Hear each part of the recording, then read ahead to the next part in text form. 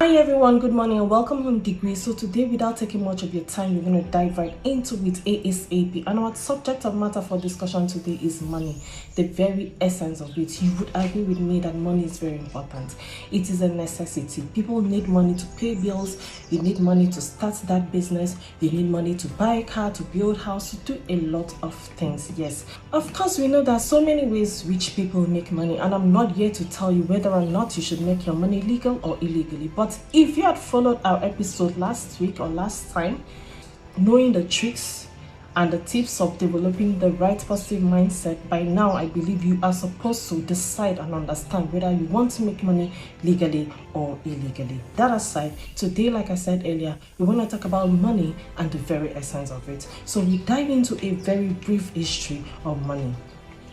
So before the invention of money we see today, human beings started by exchanging what they offered for what they needed, and this economic system was called trade by barter. So as time went on, the communities became larger, the system became ineffective, leading to lots of arguments. Arguments over the issue of double coincidences of wants, which led to the search of different kinds of objects and items to represent money, or that could serve as money. And some of these objects rather were cowries, salt, etc. And this made men to discover the insightful characteristics of money. So over time, they kept trying different objects, different kinds of objects, from barley, shells, copper, silver, gold, until the 21st century. And since the 21st century, technology has made paper a physical form of currency. Paper money can now be used digitally through banking apps, gift cards, coupons, and shopping vouchers. And today, the only thing backing paper money as a currency is faith in the government. Hence, this blind faith in the government is what make people call paper currency the fiat currency. So having introducing this brief history of money, I like to say, in today's world and economy of now, the best and valid way to make money is selling something. Whether you're selling value, whether you're selling time, whether you're selling assets, whether you're selling services or products, the best and valid form of making money is selling something. So in essence, a transaction has to happen for money to get to you. A transaction has to happen for you to have money and say, I want to save. And so this takes us down to understanding the very essence of money. Firstly, money is a medium of exchange. This means this is the only medium of exchange which enhances or ensures transactions. Your businesses, your day-to-day activities, money is what enables and ensures transactions. Secondly, money is a store of value. This means in order for money to truly be a medium of exchange, it must hold its value over time, meaning it must serve as a store of value. And thirdly, money is a unit of account. This means money functions as a unit of account that provides measure of value of all goods and services being exchanged in an economy. So in a society where the economic growth percentage is extremely low and the value of naira is actually falling, or let's say depreciating, and as a citizen you have bills to pay, you need to survive, you have goals, you have dreams, no pressure. The next question is, what do you do? How do you go about paying these bills? How do you go about your daily activities? How do you transact? How do you cope? How do you meet up without pressure? And do not forget, before asking these questions, first off, you need to at least build the base of your life, of your financial goal, which is what you are actually selling. You need to decide on what you are selling, because a transaction has to happen, don't forget, for you to be able to have money, for you to be able to save money, and for you to be able to go about your goals. So before you ask questions of how do you cope, before you ask questions like what do you do, before you ask questions like how do you meet up, how do you achieve those goals, you first of all need to determine a base, which is what am I selling. You need to decide on what you are selling first, because money is not going to fall from heaven down to you for you to build your goals. You need to decide, am I selling time? Am I selling value? Am I selling goods? Am I selling products? Am I selling services? You need to decide on what you are selling. This is the base of this episode. The base of this episode is selling. What are you selling? The body of this episode contains the very essence of money. You need to understand the essence of what you are transacting to have. You are selling something to make money, right? You need to understand the essence of this thing you have after transaction occurs. And the next thing is, when you have this money, because not everybody has money and knows how to go about it and knows how to build their life, especially in an economy like this. When you are able to sell something, transaction happens, you make money, you have the money, you know the essence, you understand it. Then how do you go about it? How do you save this money? What do you do to keep this money so that in as much as you are having expenses day to day, you are still going to be able to do something for yourself? So in essence, it's not about making money, it's not about raising money, because you know what the system is talking about now.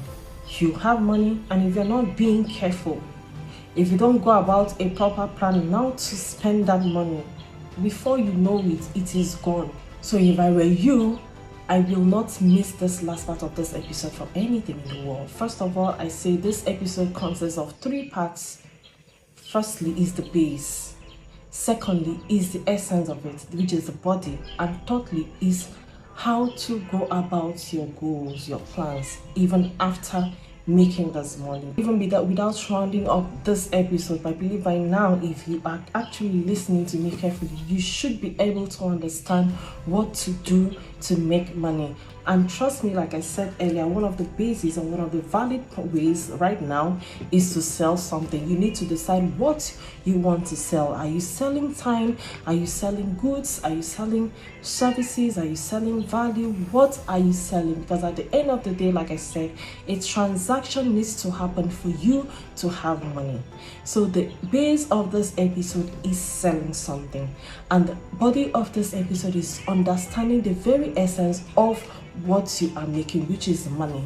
And lastly is after making this money, because it's not about making money, after making this money with the kind of, before you know what's happening, the kind of economy you have now, you enter market to buy something, you turn your eye, phew, money is gone.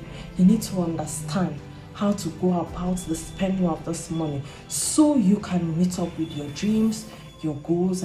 So guys, when you are able to determine and decide on what to sell, you understand the essence of money, the next thing you're going to do is to try to put into consideration few things or few measures so that you can be able to achieve your goals and dreams regardless of economic downturns. And first on my list is categorize your savings. If you categorize your savings, you will understand, or you will see it for yourself, that it is the best way to plan for eventuality.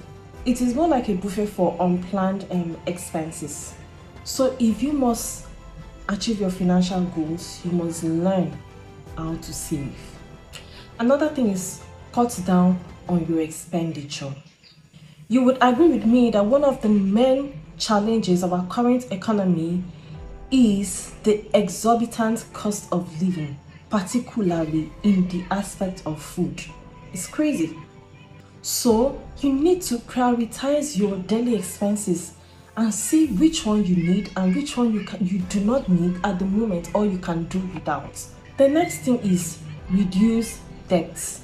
Apparently, to be able to cope with the current hardship, many people are turning to loans, especially the loan sharks.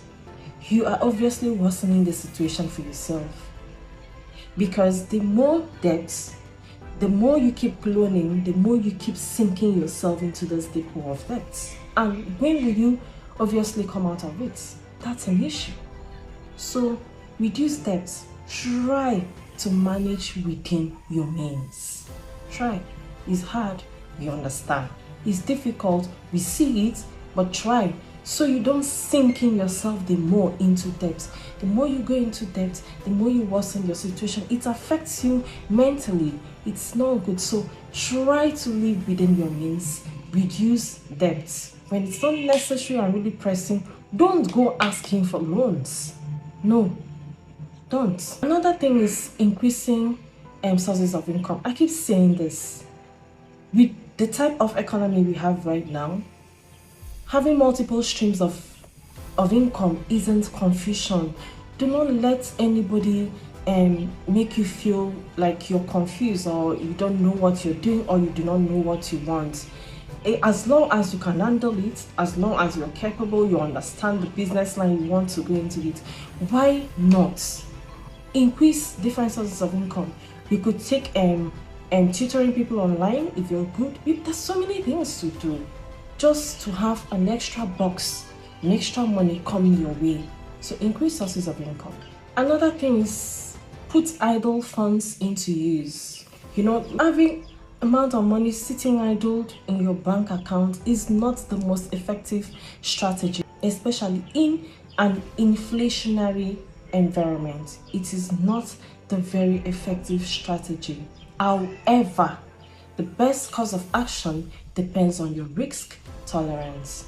And lastly, I recommend skill development. This is the time where everyone should offer value in a way. If it's fashion you want to learn, baking, whichever, I recommend developing that skill 100%. It will add or increase your income. So after this episode, I believe you will be able to find a defined base for your financial goals. Understand its very essence and be able to put into consideration some positive measures so that you can navigate in economic downturns. Of course, we call it a wrap. My name is Eddie Inaje, signing out.